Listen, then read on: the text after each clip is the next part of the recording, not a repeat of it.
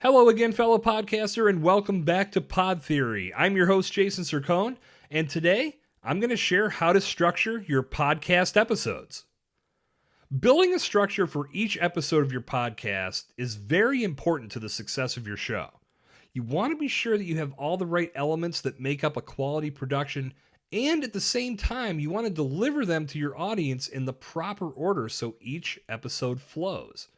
Creating a consistent flow from episode to episode will increase the chances of keeping a listener hooked on your content.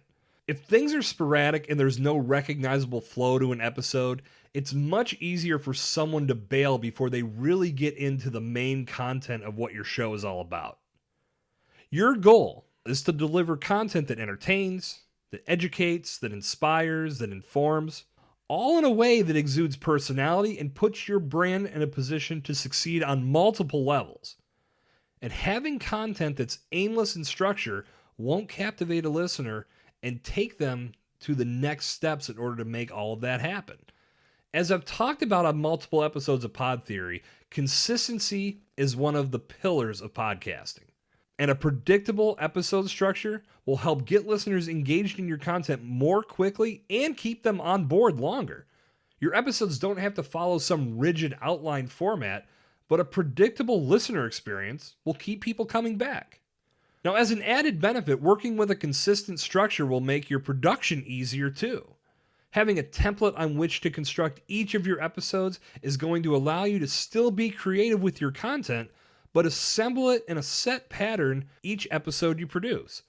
Less time on production means you can spend more time on additional creative aspects, such as shooting videos about your podcasts, or writing blog posts, or doing live Q&As with your audience. There's a number of different ways that you can spend your time, and you're going to have that time available because you won't be tied up with production trying to do your episodes in a different format each time.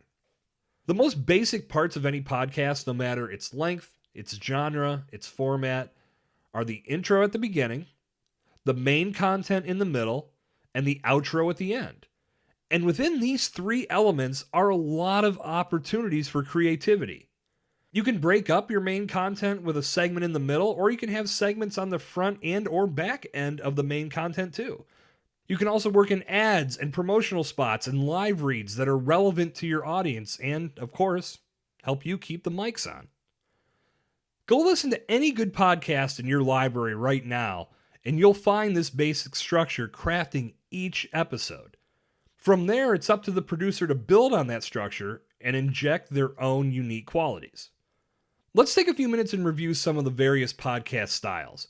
Determining what style your show will feature will dictate the best way to structure your episode. Now, before proceeding, you want to make sure that you have an idea of the approximate time your episodes will be. Not an exact time, of course, but an approximate time. You'll also want to know how often you're going to release new episodes. You're going to want to know if your show is going to have additional segments. And you're going to want to know what your show's theme and main subject matter are. Now, these are all questions that I included in my podcast primer, and you can go pick that up for free at jasoncercone.com/podcast primer. But having an answer to these questions are going to help you flush out the best way to structure your podcast. First off, there's the solo recording, like you're listening to right now. Doing a solo recording has its advantages and disadvantages. Personally, I like this style because I can communicate pertinent information to you quickly and directly.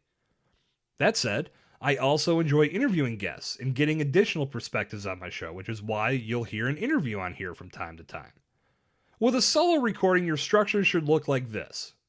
Intro, topic number 1, segue, topic number 2, segue, topic number 3, or a special segment like reading a listener review or answering a listener question, summary, outro. You'll notice with a short form podcast like Pod Theory, my structure is intro, topic, summary, outro. If you're doing a longer form solo show, add more topics as you desire. Next, let's look at the interview style. Now, we all know the majority of podcasts feature interviews and they allow you to tap into the expertise of others. Having a new guest on each episode adds another level of uniqueness to your content. And while it's not necessary to have a guest every episode, a good interview makes for positive conversation and tremendous content surrounding all of the topics you put on the table. An interview-style podcast is structured like this: intro, monologue, or a brief opening where you introduce your guest and set the table for what the interview is all about. And this is a great time to build up some excitement and some suspense and get your listener intrigued, which will keep them tuned in longer. Then introduce you and your guest, interview, summary, outro. You can also work an additional segment into this format too, like maybe do a rapid fire question segment with your guest or break up the interview with a motivational tip or a business strategy. Again, there's flexibility on what you include, but the basic structure is still followed. How about a roundtable podcast? This can be fun and engaging and bring a lot of points of view to your show. And I've been on roundtable podcasts in the past, one having 11 people on it. One tip I'll provide for a show like that is this: make sure everyone understands that everyone talking over each other does not create the best listener experience. You want the conversation to get animated and engaging, but you want it to remain civil so the quality of the final production isn't compromised. This is even more of a necessity if you're recording long distance via Zoom or Skype or Google Hangouts.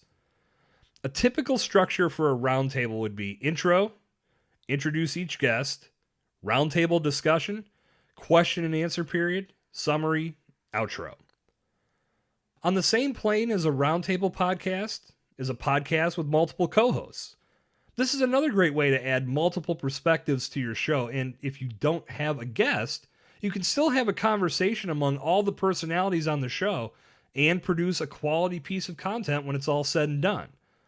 This type of style can be recorded in person or long distance using Skype or Zoom or Google Hangouts, as I said before.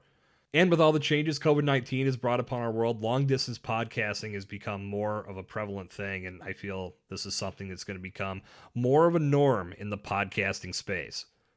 Now, your multiple co-host podcast structure goes something like this: intro, an introduction for each guest, topic 1, segue, topic 2, segue, topic 3, summary, outro. Now, depending on how much time you spend on each topic and how long you want your show to be, you can add or remove topics as you see fit. No matter what structure you implement, the big thing to remember with your podcast is that you're telling a story. You're basically telling your audience, grab my hand, I'm about to take you on a ride. Think of a TV show or movie that you love. The beginning of that production sets up the plot and piques your interest with something that keeps you in suspense. Something that'll keep you watching because you have to find out what happens. Then as the plot unfolds, you get the main story, you learn about the characters, and experience the many arcs that tell their story and their fate in relation to said story. Then, at the end, you get the payoff to that initial plot point, and the conclusion to the production puts a bow on the story and each character's outcome. Treat your podcast the exact same way.